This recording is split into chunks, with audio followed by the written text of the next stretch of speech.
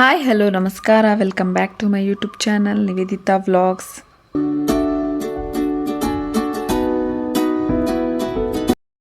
ಎಲ್ಲರೂ ಹೇಗಿದ್ದೀರಾ? ಎಲ್ಲರೂ ಚೆನ್ನಾಗಿದ್ದೀರಾ ಅಂತ ಭಾವಿಸ್ತೀನಿ. ನಾನು ಕೂಡ ತುಂಬಾ ಚೆನ್ನಾಗಿದ್ದೀನಿ. 1 ಮಂತ್ ಆದಮೇಲೆ ವಿಡಿಯೋ ಅಪ್ಲೋಡ್ ಮಾಡೋಣ ಅಂತ ವಾಯ್ಸ್ ರೆಕಾರ್ಡ್ ಮಾಡ್ತಾ ಇದ್ದೀನಿ. ಐ ಹೋಪ್ ಎಲ್ರಿಗೂ ಈ ವಿಡಿಯೋ ಇಷ್ಟ ಆಗುತ್ತೆ ಅಂತ ಅಂದ್ಕೊತೀನಿ. ಇದು ಶಿವರಾತ್ರಿ ಹಬ್ಬದ್ದು ನೆಕ್ಸ್ಟ್ ಡೇ ವ್ಲಾಗು. ಕಾಡು ಮಲ್ಲೇಶ್ವರಮಲ್ಲಿ ಒಂದು ಜಾತ್ರೆ ನಡೆಯುತ್ತೆ. ಸೊ ಅದು ನಾವು ಲಾಸ್ಟ್ 3 ಇಯರ್ಸಿಂದ ಮಿಸ್ ಮಾಡದೆ ಹೋಗ್ತಿದ್ದೀವಿ.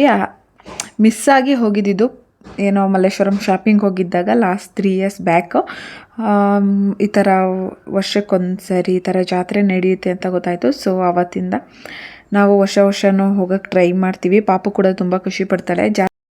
ದೊಡ್ಡ ಗೊಂಬೆಗಳೆಲ್ಲ ಬಂದಿರುತ್ತೆ. ಹಾಗೆ ವೀರಗಾಸೆ, ಡೊಳ್ಳು ಕುಣಿತ ಅದೆಲ್ಲ ಬಂದಿರೋದ್ರಿಂದ ಎಲ್ಲ ಥರದ್ದು ಡ್ಯಾನ್ಸಸ್ ಎಲ್ಲ ಇರುತ್ತಲ್ವ. ಸೊ ಅದನ್ನ ನೋಡಿ ಪಾಪು ಖುಷಿ ಪಡ್ತಿದ್ಲು ಫಸ್ಟ್ ಸರಿ ಹೋದಾಗ. ಸೊ ಅದನ್ನ ನೋಡಿ ನಮಗೂ ತುಂಬ ಖುಷಿ ಆಯಿತು. ನಾವು ಊರಿಗೆ ಹೋಗೋದು ಕಡಿಮೆ ಅಲ್ವಾ, ಸೊ ಹಾಗಾಗಿ ಇಲ್ಲಿಗೆ ಬಂದು ತೋರಿಸೋಣ, ನಮಗೂ ಒಂದು ಚಾನ್ಸ್ ಸಿಗುತ್ತೆ ಅಂತ ಹೇಳಿ ಪಾಪಕ್ಕೆ ತೋರ್ಸೋಕ್ಕೆ ಅಂತ ಬಂದ್ವಿ. ಸೊ ತುಂಬಾ ಚೆನ್ನಾಗಿ ಗ್ರ್ಯಾಂಡಾಗಿ ಮಾಡ್ತಾರೆ. ರೋಡಲ್ಲಿ ಫುಲ್ ರಂಗೋಲಿ ಎಲ್ಲ ಹಾಕಿದ್ರು. ಹಾಗೆ ಇಲ್ಲಿ ಮಲ್ಲೇಶ್ವರಂ ಮೇನ್ ರೋಡ್ ಹೂ ಮಾರ್ಕೆಟ್ ಇದೆಯಲ್ವ, ಸೊ ಅಲ್ಲಿ ಅವರು ಹೂವಿಂದ ಅಲಂಕಾರ ಮಾಡ್ತಿದ್ರು. ಅಂದರೆ ರಂಗೋಲಿ ಥರ ಬಿಡಿಸ್ತಾಯಿದ್ರು, ಡಿಸೈನ್ ಮಾಡ್ತಾಯಿದ್ರು. ಸೊ ಹಾಗಾಗಿ ಅದನ್ನೇ ನೋಡ್ತಾ ನಾವು ಇಲ್ಲೇ ನಿಂತ್ಕೊಂಡ್ವಿ.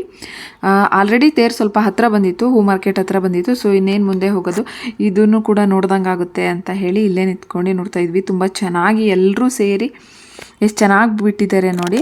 ನನಗಂತೂ ತುಂಬಾ ಖುಷಿ ಆಯಿತು. ಚೆನ್ನಾಗಿ ಕಾಣಿಸ್ತಾ ಇತ್ತು. ಆಗ ಆಲ್ರೆಡಿ ಹತ್ರನೇ ಬಂದಿತ್ತು. ಸೊ ಅದಕ್ಕೆ ಇಲ್ಲೇ ನಿಂತಿದ್ವಿ. 3 ತೇರು ನಡೀತಾರೆ.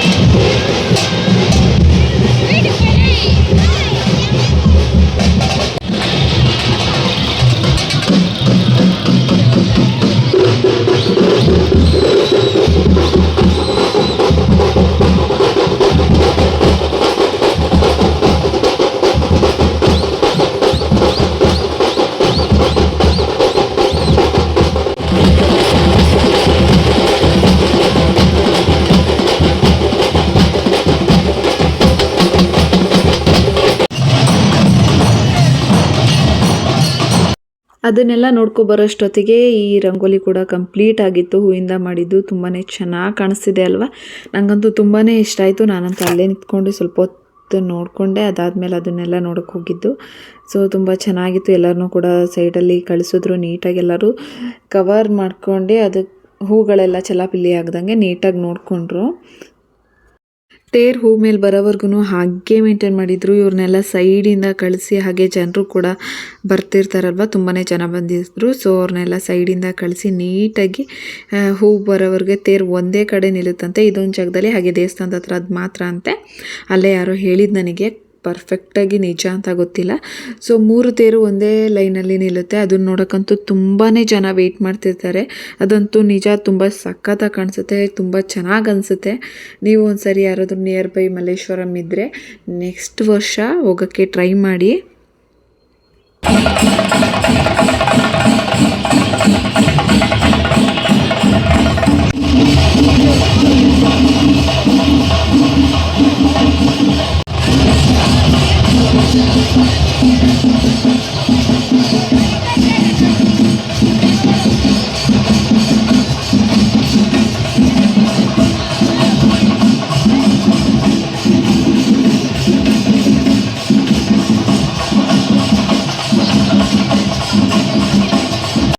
ಹೂವಿನ ಮಾರ್ಕೆಟ್ ಹತ್ರ ಒಂದು ದೇವಸ್ಥಾನ ಇದೆ. ಸೊ ಅಲ್ಲಿ 3 ತೇರು ಬಂದು ನಿಲ್ತು.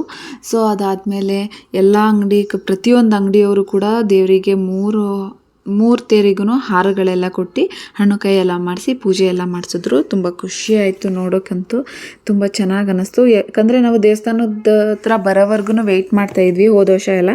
ಈ ವರ್ಷ ಇಲ್ಲೇ ನೋಡ್ಕೊಂಡು ಸ್ವಲ್ಪ ಬೇಗನೆ ಮನೆಗೆ ಬರೋ ಥರ ಆಯಿತು. ಇಲ್ಲೇ ಬೇಗನೆ 3 ತೇರು ಒಟ್ಟಿಗೆ ನೋಡೋ ಥರ ಸಿಕ್ತು. ಸೊ ನೋಡ್ತಾ ಇರ್ಬೋದು, ಆಲ್ರೆಡಿ ಒಂದು ತೇರು ಬಂದು ನಿಂತಿದೆ. ಇದು ಗಣಪತಿ. ಸೊ 3 ತೇರಲ್ಲಿ ಅಷ್ಟು ಹೈಟ್ ಇರೋದ್ರಿಂದ ಸ್ವಲ್ಪ ನನಗೆ ಗೊತ್ತಾಗಲಿಲ್ಲ ಯಾವ್ಯಾವ ದೇವರು ಅಂತ. ಫಸ್ಟ್ ಈ ತೇರು ಬಂದಿರೋದಂತೂ ಗಣಪತಿ, ನೆಕ್ಸ್ಟ್ ಶಿವ ಅನಿಸುತ್ತೆ, ಇನ್ನೊಂದು ನನ್ನ ಪ್ರಕಾರ ಸುಬ್ರಹ್ಮಣ್ಯ ಅಂತ ಅನ್ಕೊತೀನಿ, ಪರ್ಫೆಕ್ಟಾಗಿ ಗೊತ್ತಿಲ್ಲ. ಮಧ್ಯಾಹ್ನದಿಂದನೇ ಊಟದ ವ್ಯವಸ್ಥೆ ಹಾಗೆ ಪ್ರಸಾದ ಎಲ್ಲ ವಿನಿಯೋಗ ಎಲ್ಲ ಮಾಡಿರ್ತಾರೆ. ತೇರು ಬರೋ ಸಮಯದಲ್ಲಿ ಒಂದೊಂದು ಅಂಗಡಿ ಕಡೆಯಿಂದ ಪ್ರಸಾದ ಕೂಡ ಕೊಡ್ತಾ ಇರ್ತಾರೆ. ಸೊ ಅದನ್ನು ಕೂಡ ಪ್ರಸಾದ ಎಲ್ಲ ಇಸ್ಕೊಂಡು ನಾವು ಕೂಡ ತಿಂದ್ವಿ.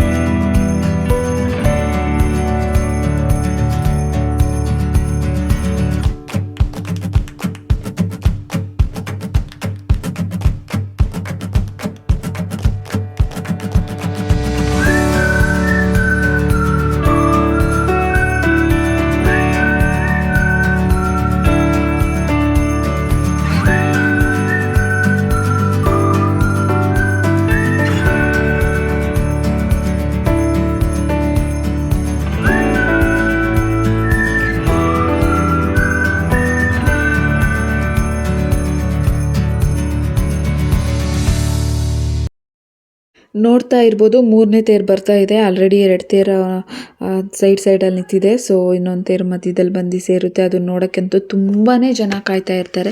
ತುಂಬ ಜನ ಬಂದಿದ್ದರು. ಎಲ್ಲರೂ ಅವ್ರವ್ರ ಫೋನಲ್ಲಿ ವಿಡಿಯೋ ಕ್ಯಾಪ್ಚರ್ ಮಾಡೋದೇ ಆಗಿತ್ತು. ನನ್ನ ವಿಡಿಯೋದಲ್ಲಿ ಕಾಣಿಸ್ತಾ ಇದೆ ಅನಿಸುತ್ತೆ. ಸ್ವಲ್ಪ ನಾನು ಮಧ್ಯದಲ್ಲಿ ನಿಂತಿದ್ದೆ, ಸ್ವಲ್ಪ ಮುಂದೆ ನಿಂತರೆ ಸ್ವಲ್ಪ ರಶ್ ಇತ್ತು, ತುಂಬ ಜನ ಇದ್ದರು, ತಳ್ಳಾಡ್ಬಿಡ್ತಾರೆ ಅಂತ ಹೇಳಿ ಸ್ವಲ್ಪ ನಾನು ಹಿಂದೆ ಬಂದೆ. ಸೊ ನನ್ನ ವಿಡಿಯೋದಲ್ಲಿ ನಾನು ಸ್ವಲ್ಪ ಹೈಟ್ ಕಡಿಮೆ ಇರೋದ್ರಿಂದ ಫುಲ್ ಬರೀ ಅವ್ರ ಕೈಯೇ ಕಾಣಿಸ್ತಿದೆ. ನಾನು ಇವಾಗ ಎಡಿಟಿಂಗ್ ಮಾಡಬೇಕಾದ್ರೆ ತೇರ್ಗಿಂತ ಮುಂದೆನೇ ಇರಬೇಕಾಗಿತ್ತು, ಅವಾಗ ವಿಡಿಯೋ ಇನ್ನೂ ಚೆನ್ನಾಗಿ ಬರ್ತಿತ್ತು ಅನ್ನಿಸ್ತಾ ಇದೆ. ಸೊ ಎಲ್ಲರದು ಫೋನ್ನಲ್ಲಿ ವಿಡಿಯೋ ಕ್ಯಾಪ್ಚರ್ ಮಾಡೋದೇ ಆಯಿತು. ತುಂಬಾ ಖುಷಿ ಆಗುತ್ತೆ. ಈ ಥರ ಸಂದರ್ಭಗಳು ರೇರ್ ಸಿಗೋದು. ಸೊ ನಾವು ಬೆಂಗಳೂರಲ್ಲಿ ಇರೋದ್ರಿಂದ ನಮ್ಮ ನಿಯರ್ ಬೈ ಇದೇ ದೇವಸ್ಥಾನ, ಮಲ್ಲೇಶ್ವರಮಲ್ಲೇ ದೇವಸ್ಥಾನಗಳು ಜಾಸ್ತಿ ಇರೋದ್ರಿಂದ ನಾವು ಅದಕ್ಕೇ ಈ ದೇವಸ್ಥಾನದಲ್ಲಿ ಇದು ತೇರೆಲ್ಲ ಇರುತ್ತಲ್ವ, ಸೊ ಅದನ್ನು ಮಿಸ್ ಮಾಡ್ಕೊಳ್ಳೋಕೆ ಇಷ್ಟಪಡಲ್ಲ. ನಾವು ಸ್ವಲ್ಪ ಜಾಸ್ತಿ ದೇವ್ರನ್ನ ನಂಬೋದ್ರಿಂದ. ಸೊ ನನಗಂತೂ ಬರಲೇಬೇಕು. ನನ್ನ ಹಸ್ಬೆಂಡ್ ಬರೋಕ್ಕೆ ಸ್ವಲ್ಪ ಇದು ಮಾಡ್ತಾರೆ, ಆದ್ರೂ ನಾನು ಹಿಂಸೆ ಮಾಡಿ ಕರ್ಕೊಂಡೋಗಿ ನೋಡ್ತೀನಿ.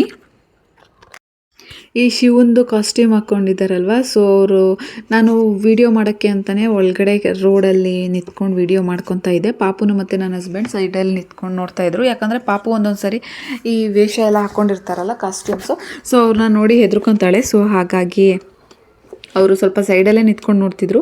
ನಮ್ಮ ಮನೆಯವ್ರು ಪಾಪು ಜೊತೆ ಒಂದು ಫೋಟೋ ತೊಗೊಳ್ಳೋಣ ಇವ್ರ ಹತ್ರ ಅಂತ ಬಂದರೆ, ಅವಳಂತೂ ಪಕ್ಕದಲ್ಲಿ ನಮ್ಮ ಮನೆಯವ್ರು ಸ್ವಲ್ಪ ಕ್ರಾಸಾಗಿ ಮಾಡ್ತಾಯಿದ್ರು ಅವ್ರ ಪಕ್ಕಕ್ಕೆ ಹೋಗೋಕ್ಕೆ ಪಾಪುಗೆ. ಅದಕ್ಕೆ ಅವಳು ಎದ್ರುಕೊಂಡ್ಬಿಟ್ಲು. ಅದಾದಮೇಲೆ ತೇರೆಲ್ಲ ಅಲ್ಲೇ ನೋಡಿದ್ವಲ್ವ, ಸೊ ಇನ್ನು ಸ್ವಲ್ಪ ನಾವು ಮುಂದೆ ಬಂದ್ವಿ. ಹಾಗೆ ಸಾಯಿಬಾಬಾ ಟೆಂಪಲ್ ಇದೆ, ಸೊ ಅಲ್ಲೂ ಕೂಡ ನೋಡ್ಕೊಂಡು ಹೊರಗಡೆಯಿಂದನೇ ನೋಡ್ಕೊಂಡ್ವಿ. ಅದನ್ನೆಲ್ಲ ನೋಡಿ ಇದು ನಾನು ನಿಂತ್ಕೊಂಡ್ನಲ್ವ, ಅದಕ್ಕೆ ಸೊ ಅವಳು ಸ್ವಲ್ಪ ಭಯ ಬಿಟ್ಬಿಟ್ಟು ಬಂದು ನಿಂತಿದ್ಲು. ಸೊ ಇಲ್ಲಿ ನೋಡಿ ಅಂಬ ಎಷ್ಟು ಚೆನ್ನಾಗಿತ್ತು ಅಂತ ನನಗೆ ಗೊತ್ತಾಗಲಿಲ್ಲ. ಬೇರೆ ವಿಡಿಯೋ ಮಾಡೋಕ್ಕೋಸ್ಕರ ಸ್ವಲ್ಪ ಫ್ಲ್ಯಾಶ್ ಆನ್ ಮಾಡಿಬಿಟ್ಟಿದ್ದೆ. ಆನ್ ಮಾಡಬಾರ್ದಲ್ವ, ಪ್ರಾಣಿಗಳಿಗೆ ಕಣ್ಣಿಗೆ ಎಫೆಕ್ಟ್ ಆಗುತ್ತೆ.